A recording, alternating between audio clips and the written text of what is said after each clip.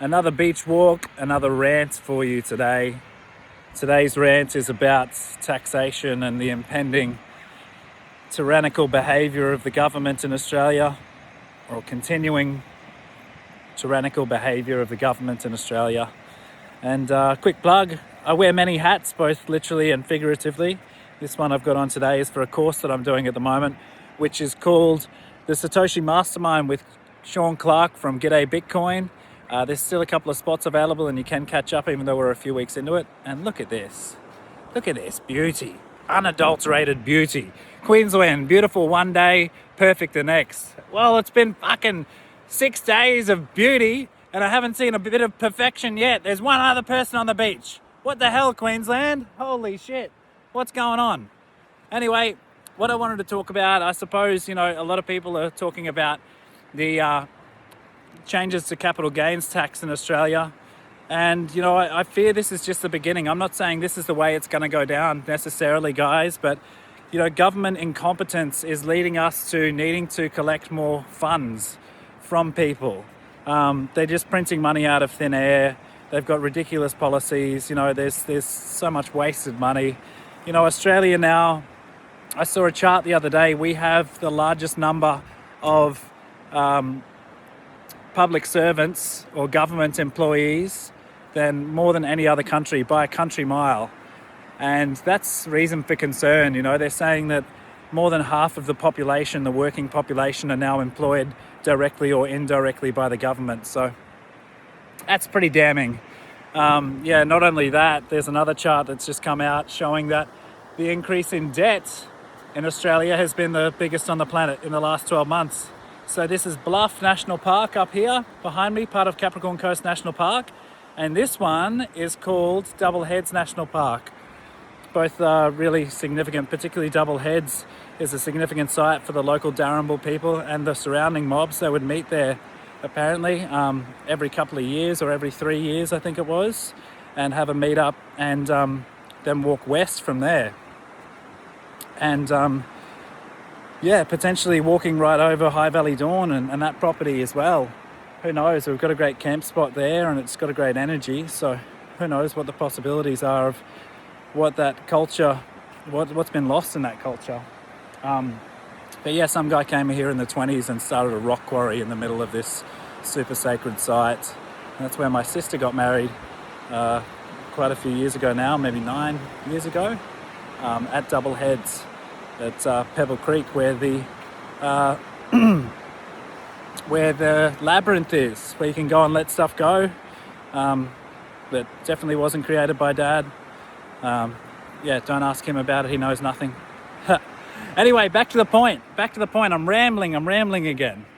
This potentially is just the beginning, guys. What happens if, and I'm not saying this is how it's going to go, they need to recover more funds through taxation. What are we talking about here? We're talking about unrealised gains taxes. We're talking about higher taxes on superannuation, them getting their hands into our super. We're talking also about, what do they call it? Unrealised gains taxes. I said that, didn't I? Death taxes, which has happened in the UK, 40% death tax, which is a total land grab.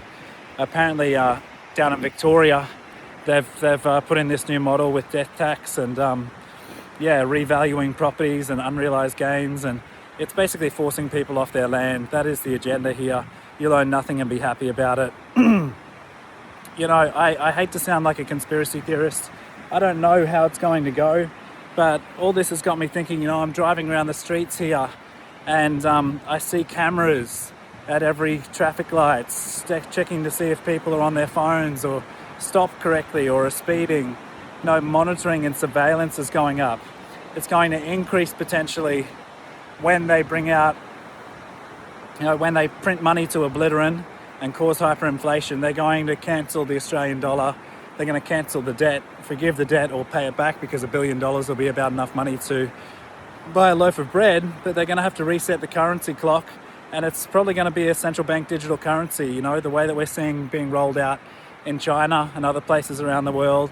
And what's that going to mean? It's going to mean programmable money. So your money, basically, you will be able to or they will be able to make sure that you can't get on the bus if you don't get a chip in your arm, or if you've got a bad criminal history, then you can't buy alcohol with your dole money or something like that. Like, all of this is a possibility. This is the unfortunate downside of the creation of blockchain, is that it can be used maliciously as well, or to take people's freedom away. So what am I doing? Well, I'm going to Paraguay in August by the look of it, to check out Paraguay. Amazing cheap land over there. Cheap, I mean, very valuable, but yeah, great soil, great access to water, 98% renewable energy, mostly from hydroelectric power at the Iguazu Falls, powering the country. Very cheap energy as well, or valuable energy. But the land over there, fantastic. You know, you can build what you want without too much government intervention. There's very low tax rates, no tax on foreign citizens who are making money outside of the country, who are tax residents there apparently. 10% company tax, and yeah, relative freedom. So, you know, it would be a bit untoward of me perhaps to abandon this dream that we've been working on for 10 years, and I don't intend to, you know, abandon High Valley Dawn or the Regen Living Co, or, you know, this network of self-sufficient communities that we're forming up the East Coast and around Australia and eventually around the world. I want to stay here if things get tough and be a leader, but if all of these things that I've mentioned above or previously in this video come into play, then what choice have you got? You know, do you want to live in tyranny, or do you want to escape the matrix and get somewhere where you still can live the natural way, live in freedom? What happens when there is a fuel crisis or an energy crisis, or God forbid, a food crisis, and all of a sudden you're in a position where you have to get a chip in your arm in exchange for a government issued bag of rice or something like that? You know, would you really put it past them? Am I that crazy for thinking that? Like, who actually thinks that COVID was handled well now in hindsight? Who actually thinks all of that was necessary? It probably wasn't the zombie apocalypse that a lot of people were saying it was going to be with the vaccines and whatnot, but I think a lot of people have been left scratching their heads, asking a lot more questions, a lot of people being pushed out the arse end of society, a lot of people dealing with this rental crisis, which is just due to absolute government incompetence. Why shouldn't we be able to, with the technology that we've got today, have more access to housing and more houses going up? You know, immigration, this immigration thing, like, why not bring in more skilled migrants? Everybody wants to come to Australia. We've got great wages here. It's just ridiculous. Like, it's so backwards. We're bringing in the wrong people, and that don't want to work, and potentially culturally misaligned and things like that. And not bringing in the people that do want to embrace Australian culture, that do want to integrate, that do want to work and contribute and do have skills to contribute. So yeah, I guess that leads me to announcing publicly, if you've watched this far, you get the big reveal that I'm going to be voting for One Nation in the next election. And made that decision after watching actually Pauline Hanson's A Super Progressive movie. It's pretty funny and it's pretty clever. If you haven't seen it, go and have a watch. I think it's $15, but it's totally worth it. And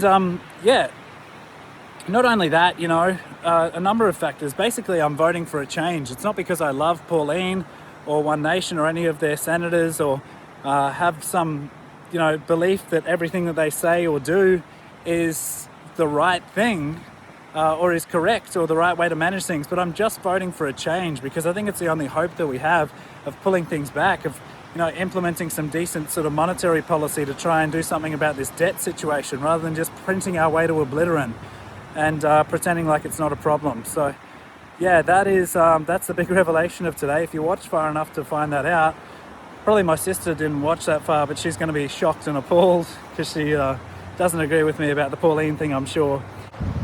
So the other thing that is coming up is, I had a comment on my Facebook profile a little while ago, like, if you want to be self-sufficient, why don't you boycott the supermarkets? I said, well, that's really like a step-in process, isn't it? Because at the moment we still do rely on the supermarkets. Like, it's pretty convenient to go and get a bag of rice, for example.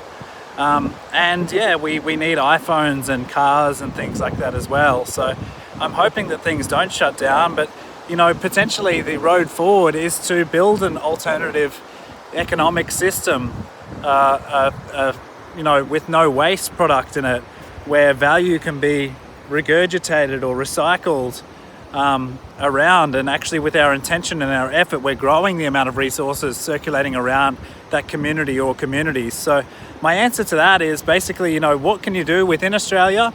Well, you got to get on land, grow community, grow food, get self-sovereign. The way to stop going to the supermarkets isn't just to boycott them and sit in your hole eating a bloody bunch of potatoes or whatever you can manage to grow and living like a pauper. It's to get together and band together, create more resources through synergy.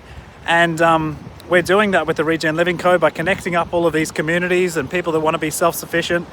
And you can find out more by going wherever, ask me. The way to boycott the supermarkets is not to just do that. It's to create this network of self-sufficient communities that can survive, impending pressures that are being put on us by outside forces. So I just want to make that very clear. That is my stance on that. But that's me for the day. Wrapping up. What do you think? Is that the way that we're heading? Am I overreacting? Or is it good to have a backup plan in another country in case things turn to absolute tyranny in the next couple of years or 10 years, say? Hit me in the comments. Cheers. Subscribe, whatever. Later.